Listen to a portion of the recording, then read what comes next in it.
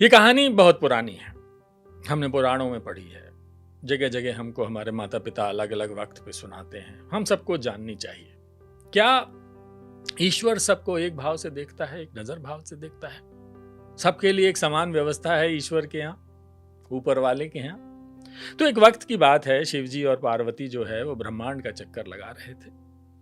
पार्वती जी सब दुनिया को देख रही थी नीचे कि धरती लोक में क्या हो रहा है, और जो कुछ देखा उन्होंने उससे उनका हृदय बड़ा द्रवित हो गया।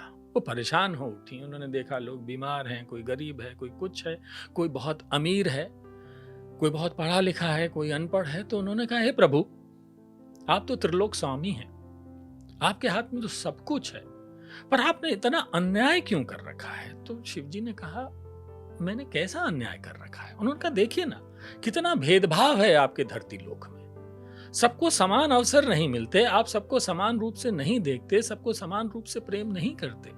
उन्होंने कहा, नहीं पार्वती, ऐसा नहीं है, मैं तो सबको समान रूप से ही देखता हूं, ये तुमको गलतफहमी है। तो उन्होंने कहा, नहीं प्रभु, देखिए ना, कोई गरीब है, कोई अमीर है, कोई पढ़ा लिखा है, कोई बगैर पढ़ा लिखा है, कोई बीमार है, अलग अलग कष्ट हैं लोगों के। किसी के पास घर है, किसी के पास घर नहीं है, तमाम साधन हैं किसी के पास कुछ भी नहीं है। ऐसा कैसे हो सकता है? आपको तो कम से कम समान रूप से सबको देखना चाहिए। उन्होंने कहा, नहीं, तुम ये गलत समझ रही हो।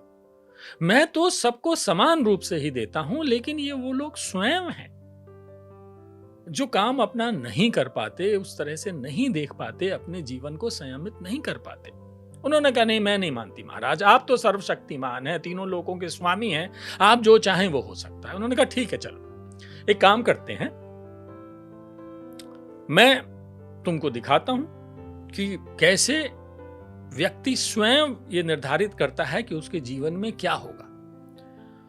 तो वो कहते हैं कि नीचे देखो।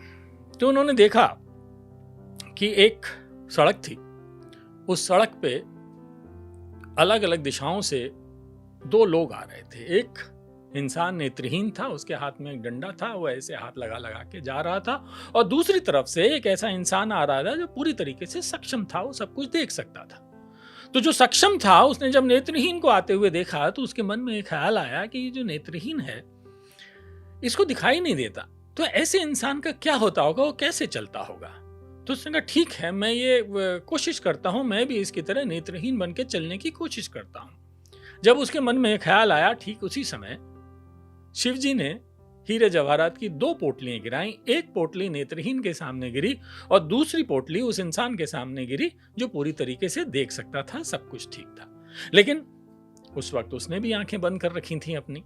वो डंडे से आगे चलता जा रहा था, उसके सामने उसका पैर या हाथ जो भी था वो पोटली से टकराया, उसने उसको साइड किया और आगे बढ़ गया। अभी जो नेत्रहीन था, इसके सामने भी पोटली गिरी। ये उस रास्ते पे रोज आया जाया करता था। जब इसका पांव टकराया उस पोटली से तो इसे अचरज हुआ कि ये आज इस रास्ते पर ये पोटली कहां से आ गई। उसने उसको हाथ से पकड़ा, उठाया, छुआ और उस पोटली को दबाया और आगे बढ़ गया। शिवजी ने पार्वती जी की तरफ देखा और कहा, देखा, मैंने दोनों को समान रूप से दिया था, दोनों चाहते तो दोनों उठा के ले जा सकते थे, लेकिन वो जो दूसरा था, जो पूरी तरह सक्षम था, जो सब कुछ देख रहा था, उस वक्त उसके दिमाग में क्या आया, एक नेत्रहीन को देख के, कि अगर इसकी जिंदगी कितनी मुश्किल में होगी, कितनी दुश्वार होगी, मैं भी उसको देखता हूं, उस रूप में जाकर देखता हूं। उसने उस वक्त अपनी आंखें बंद कर ली।